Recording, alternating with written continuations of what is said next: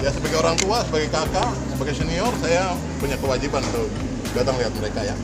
Kebetulan Pak Kapolda memfasilitasi dengan Pak Kapolrestabes, Pak Dirintel. Ya, saya punya waktu untuk bisa jumpa dengan adik-adik. Selama ini kan hanya dari Papua, transit di bandara, Jakarta dan lain sebagainya ya. Nah, hari ini bisa, alhamdulillah ya, sudah bisa bertemu dengan adik-adik ini. Saya lihat mereka baik-baik dan mereka semangat. Mereka serius untuk maju.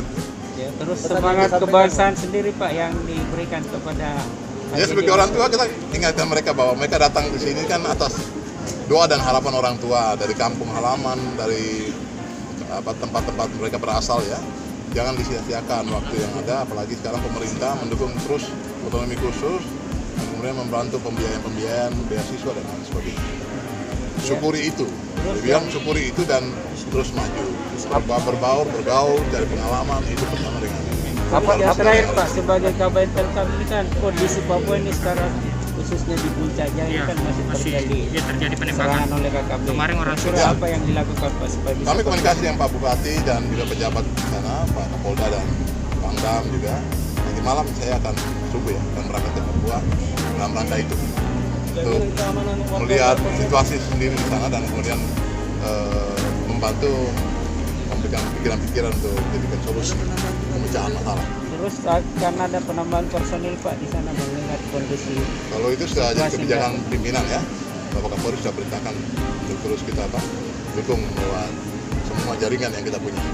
Keamanan warga Jenderal ini kan mengingat ada 4 orang Sulsel kemarin. Memang warga kita khususnya yang berasal dari wilayah Sulawesi, Jawa, Kalimantan dan lain sebagainya, Sumatera itu sudah paham tentang keadaan di sana itu. Mereka pun kadang-kadang juga ya harus sudah siap menghadapi risiko-risiko. Karena kadang-kadang begini, ini kelompok-kelompok yang melakukan kekerasan itu, dia ketika masuk ke kota dia tidak membawa sesuatu perlengkapan.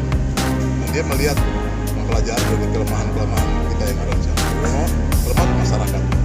Itu mereka sering ganggu. Jadi sekali lagi mereka suka mengganggu. Karena tidak punya pekerjaan. Dia hanya dari waktu ke waktu seperti itu. Jadi kalau mereka tidak mau mengganggu seseorang, mereka langsung mengganggu. Kalau mereka datang yang perlengkapan, misalkan terkenal dengan seragam ataupun identitas khusus dan mengumpulkan alat bukti, pasti kami tidak tegas. Yang jadi masalah kadang-kadang itu dia mengganggu dalam waktu-waktu tertentu. Sudah aman, sudah landai, sudah damai, tetapi kemudian mereka juga terus melakukan upaya-upaya seperti itu. Dan apa ya, itu mungkin ada pesan ya, ada pesan pada mereka untuk mempertahankan situasi seperti itu. Untuk saat ini ada posko pengungsian di sana untuk warga Sulsel. Itu urusan pemerintah dan aparat di sana ya, yang nanti bisa ditanya langsung kepada beliau-beliau. Terima kasih.